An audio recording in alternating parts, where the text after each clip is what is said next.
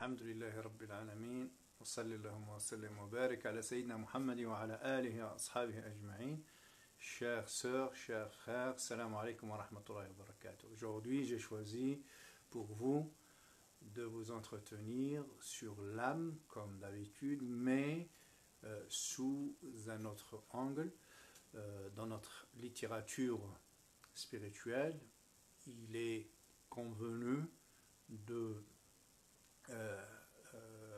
d'inventorier, d'énumérer trois catégories d'âmes. L'âme apaisée, agréée et agréante, satisfaite et satisfaisante, la première, la plus haute, la plus noble. Deuxième lieu, l'âme qui s'auto-critique, qui se fait subir en non-stop un examen de conscience. Elle n'est jamais satisfaite d'elle-même. Elle veut toujours, à chaque fois qu'elle réalise un exploit, une enjambée, une avancée spirituelle, elle ne s'arrête pas en si bon chemin, elle veut aller plus loin, donc elle est toujours inquiète, en quête du meilleur. Et la troisième, c'est l'âme incitatrice. Théoriquement, c'est une typologie qui tient la route, mais on ne peut pas dire que l'humanité est partagée entre les trois catégories, loin s'en faut. Ces trois niveaux d'âme traversent chaque homme, plus ou moins bien sûr.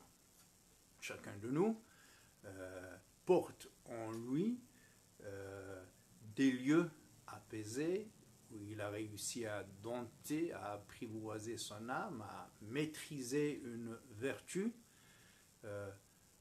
mais sous un autre aspect, il patauge encore, il tourne en rond, il n'arrive pas à dominer une passion, à comprimer sa colère, à contenir sa libido, à ne pas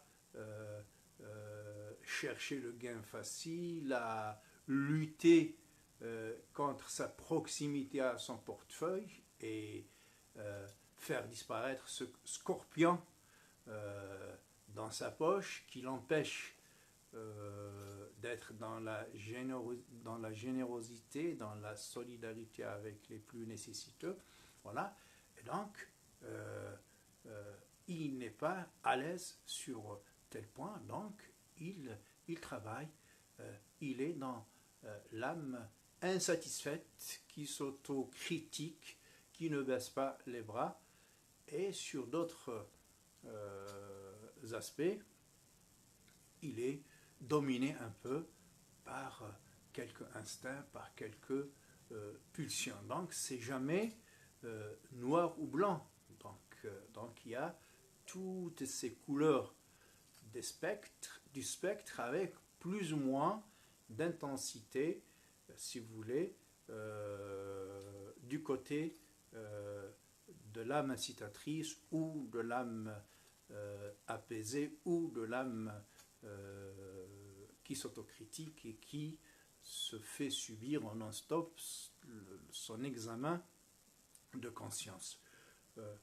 En fait, pour enchaîner sur la causerie d'hier, on peut dire que tout être humain a été bien doté,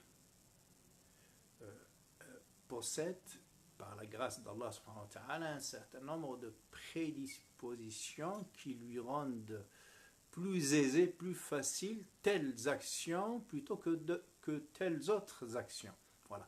Et nous ne sommes pas égaux sur ces points. Loin s'en faut. Omar ibn Abdul Aziz, par exemple, disait en matière de pardon, de magnanimie,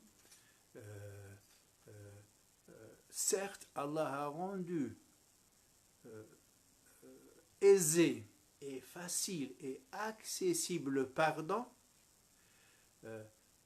que je crains de ne pas en être rétribué, récompensé. Il pardonne avec une telle aisance et facilité, il ne fournit aucun effort pour pardonner, si bien qu'il craigne que Allah subhanahu wa ta'ala ne le récompense pas parce qu'il ne fournit aucun effort en fait. Voilà. J'ai cité ce monsieur juste avant sa conversion à l'islam à l'époque du prophète salam, à sa rencontre, le prophète salam, lui a dit Inna fika khaslatain, certes, tu as deux vertus que Allah t'a généreusement doté, dont Allah t'a généreusement doté, al-hilm ou al-ana. Al-hilm, donc c'est le pardon, c'est la magnanimité. Al-hilm ou al-ana, c'est le fait de ne pas te précipiter, de ne pas répondre à la provocation, à ne pas démarrer au quart de tour. Voilà. Et c'est donné à ce monsieur. Donc, lui reste de travailler, donc déjà de maîtriser ça, de capitaliser, de ne pas les perdre, et d'aller chercher la perfection sur les autres aspects qui lui font défaut en fait. Et donc, nafs al-amara, nafs al-lawama, donc l'âme incitatrice, l'âme qui n'est pas satisfaite d'elle-même, ou l'âme apaisée, nous la portons selon le comportement visé, selon la qualité que nous voulons acquérir, etc. C'est très important et ça diffère d'un homme à un autre, d'un cheminant à un autre, et chez le même cheminant, ça diffère d'une période à une autre. Au début, la nafs, elle peut inciter à céder devant la tentation du péché charnel, voilà, des péchés capitaux, de ne pas te repentir des péchés mineurs, mais après une certaine période de travail sur soi, de purification, un nafs, elle change de paramètres, si vous voulez, elle change de stratégie, elle ne va pas te tenter sur les lieux que tu as maîtrisés, elle va peut-être te tenter sur elle va te pousser à accomplir le facultatif au détriment d'une obligation, d'un devoir impérieux et urgent.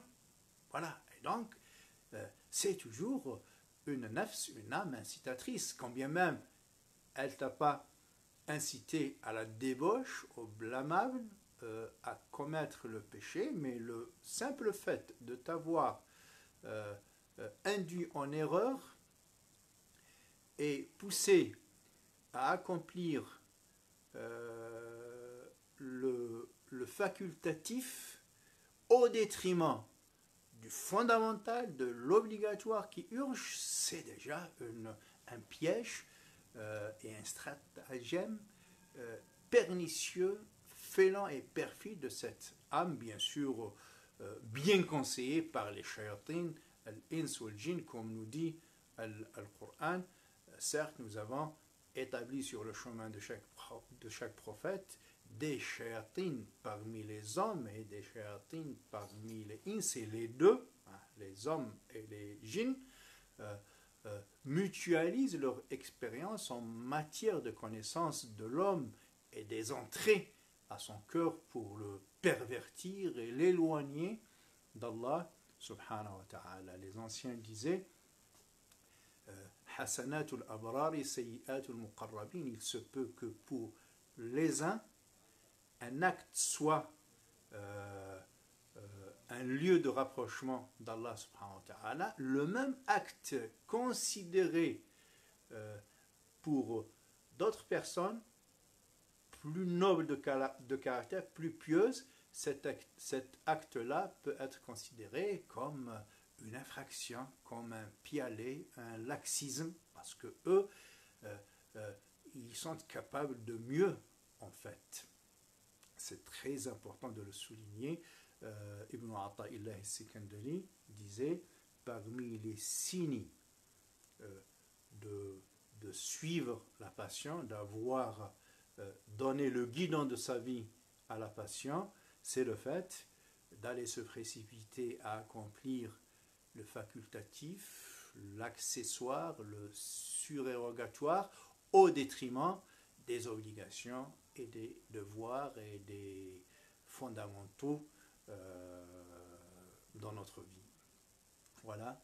أقول قولي هذا وأستغفر الله لي ولكم فاستغفروه تجدوه غفورا رحيما ويا فوز المستغفرين. السلام عليكم ورحمة الله وبركاته.